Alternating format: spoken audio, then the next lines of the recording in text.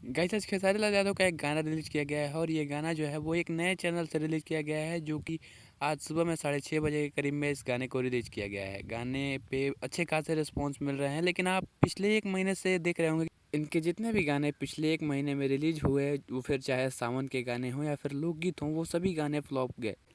तो आज की इस वीडियो में इसी का कारण जानेंगे कि आखिर खेसारी लाल यादव जो हैं वो पिछले 1 महीने से फ्लॉप क्यों चल रहे थे और क्या इस बार इनका कमबैक हो पाएगा। तो वीडियो में अंत तक जरूर बने रहें। चैनल पर नए हैं तो सब्सक्राइब करके बेल आइकन को प्रेस कर दें। खेसारी लाल यादव के गाने का फ्लॉप होने के सबसे बड़े कारण जो हैं वो हैं उनके जो केसेस चल रहे थे उनके ऊपर, जो ग्लोबल म्यूजिक सेक्शन का जो केस चल रहा था, मुकदमा चल रहा था। कहीं ना कहीं वो कारण है कि वो अपने गानों में क्वालिटी नहीं दे पा रहे थे, क्योंकि उस गाने से उनको कोई फ़ायदा होने नहीं वाला था। जितना भी प्रॉफिट होने वाला था, जो भी पैसा आने वाला था, सभी ग्लोबल म्यूजिक सेक्शन को मिलने वाला था। और कहीं ना कहीं इसी वजह से जो है वो खेसारी लाल यादव अपने गानों में क्वालिटी डालना ही भूल गए, क्वालिटी नहीं डाल पाए और कहीं न कहीं ऑडियंस को उनके गाने पसंद नहीं आने लगे। और जब इसका आदत पड़ गया, जब बहुत लंबे समय से खेसारी लाल यादव ऐसे ही काम करते गए, लेकिन जब ये केस ख़त्म हुआ तब भी उनके गाने पे व्यूज़ नहीं आए, क्योंकि जो ऑडियंस को आदत पड़ा है कि खेसरिया का गाना आइल बा, उनके दिमाग में ये चीज़ बैठ गया कि कहीं न कहीं उनके गाने में क्वालिटी नहीं है, उनके गाने का तरीका सही नहीं है और जितने भी गाने आ रहे हैं वो इसी के कारण से फ्लॉप जा रहा है। बार-बार गाना जो है वो चुरा के बना दिया जाता था या फिर रिपीटेड ट्यून पे वो गाना बना दिया जाता था, जिसके कारण मतलब बहुत सारे गानों पे इफ़ेक्ट पड़ा। कुछ गाने हिट भी हुए, लेकिन कुछ गाने जो हैं वो इस तरह से जो फ्लॉप हो गए कि भैया 2-4 दिन लग गए मिलियन क्रॉस करने में।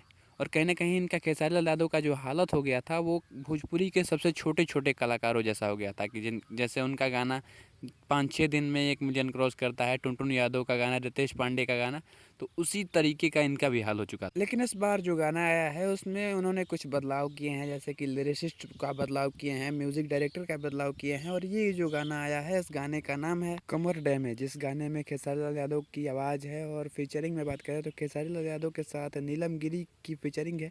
और मतलब इस गाने में क्वालिटी दिया गया है, जो वीडियो क्वालिटी है वो मुझे सबसे बेहतर लगा।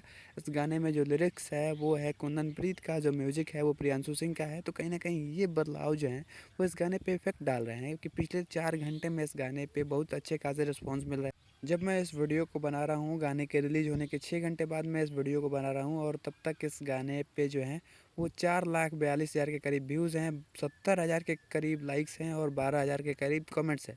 यानी कि पिछले गानों की मुकाबले अगर बात करें तो कहीं न कहीं खेसारी लाल यादव का जो है वो कमबैक हो रहा है। धीरे-धीरे वो ऊपर जा सकते हैं और हो सकता है कि गाना जो है वो 1 दिन में या फिर 2 दिन में 1 मिलियन क्रॉस कर सकता है। वैसे आपका इस वीडियो के बारे में क्या ख़्याल है? अपनी राय कमेंट में ज़रूर बताना।